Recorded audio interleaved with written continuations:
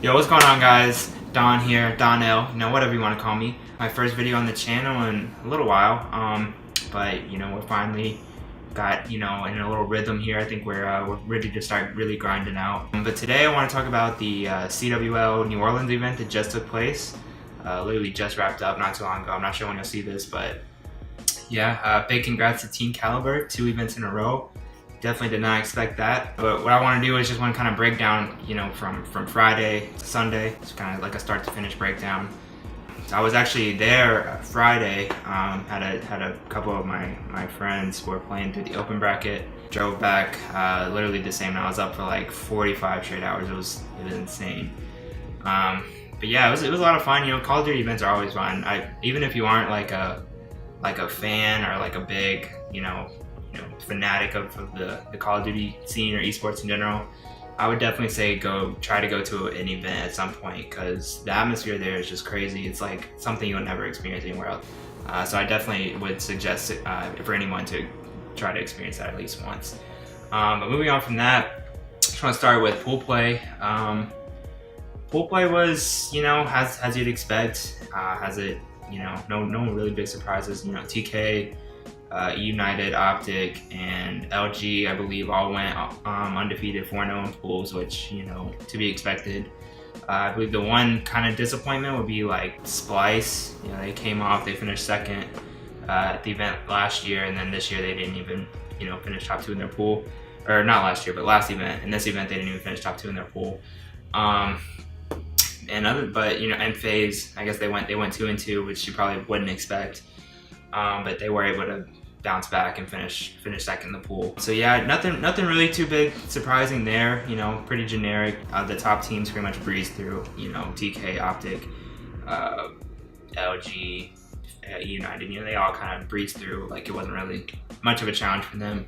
Moving on from that, I guess we'll just go into bracket play. The first round matchups were, some decent ones. I believe TK and Rise. E United took on Evil Geniuses. Evil Geniuses, that was a surprise. They came out of open bracket. Really grinded all day Friday, all day Saturday. I believe I saw something crazy, like they played like 14 straight hours, something crazy like that on Saturday, which is just an absurd amount of Call of Duty. And of course you had LG, FaZe, and Optic, Echo Fox. The big story there is Echo Fox upsetting Optic, or if you even want to call it an upset at this point. But yeah, everything else probably went pretty much as planned. You expect the United to win, you expect Team Caliber to win, you expect LG to win. So nothing too surprising the first bracket play night, Saturday.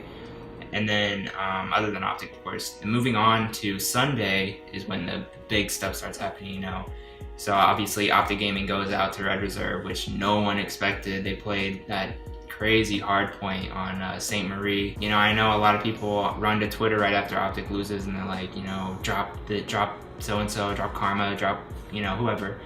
And I just think that's crazy to me because, like, you have probably arguably the 4 best, individually skilled Call of Duty players ever on the same team. So it's like, when people say that, it's like, yeah, you can drop them, but who are you really going to get to replace them? Like, are you even going to get anyone that's better? Because, if you were to drop Karma and he went to another team, or Crimsix or Scump or even Formal, they would go to another team and just be the best player on that team, in my personal opinion. It's just hard when you have all 4 of these people on the same team. They all want to go off. They all want to, like, get those kills. So it's always a balance for them every single year to find the right groove and how they want to play, what they want to do. So it just takes time. They'll figure it out. Echo Fox and Rise, who both made roster changes 10 days before the event. They really showed up. I was impressed with them. I believe Echo Fox got 5th, 6th, and Rise finished 3rd, which is really good. This guy's the limit for them. So we'll see what they have in store. TK they're just rolling through people. Obviously the last series, I'm sure everyone saw that. That was insane. Probably one of the craziest series I've ever seen in Call of Duty. The first hard point, the S&D, even the CTF was super close. And then the second hard point, LG kind of ran away with it, won by about 100. And then the last map, I think TK took it 6-3. But nonetheless, props to LG as well.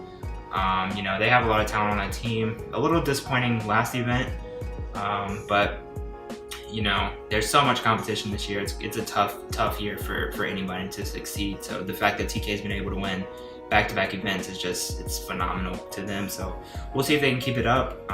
E United is a little disappointing. You know, 5th, 6th isn't terrible, but with that team, you know, you expect them to be competing for that top 3. Splice was super disappointing this year. I believe this event they finished top 16, I believe, which is crazy because they just finished 2nd in you know, last month in Dallas. And then Optic Gaming, of course, finishes top 12, which is I believe that's their worst placement as a team since, you know, Crim 6 Formal, Karma all joined.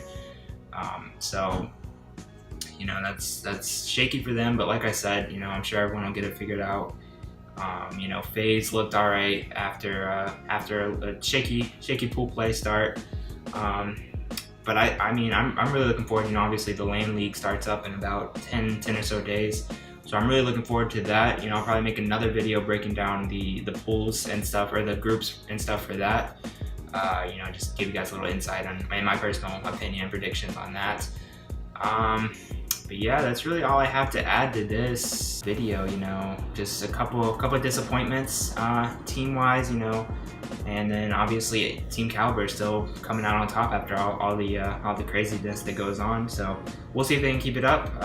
Hopefully they can, for their sake. You know, LG's gonna be tough. You know, I feel like United's gonna be tough eventually. Optic's gonna be tough.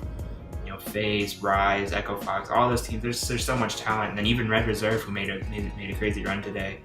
So much talent out there this year. It's definitely gonna be tough, and you know, this in my opinion, this is probably one of the most talented, you know, years we've had as far as, you know, across a bunch of teams. You know, in previous years you've had about 3 or 4, maybe 5 teams that can really, you can say, are top tier teams. But this year, you know, they're probably 7, 8, 9, 10, maybe even 12 teams. You know, obviously Optic, the top team, finished top 12 this event. So, you know, I believe anybody can beat anybody on any given day. It's really just whoever shows up. So yeah, you know, I'm looking forward for the rest of the season, and we'll see what happens, but that's really all I have.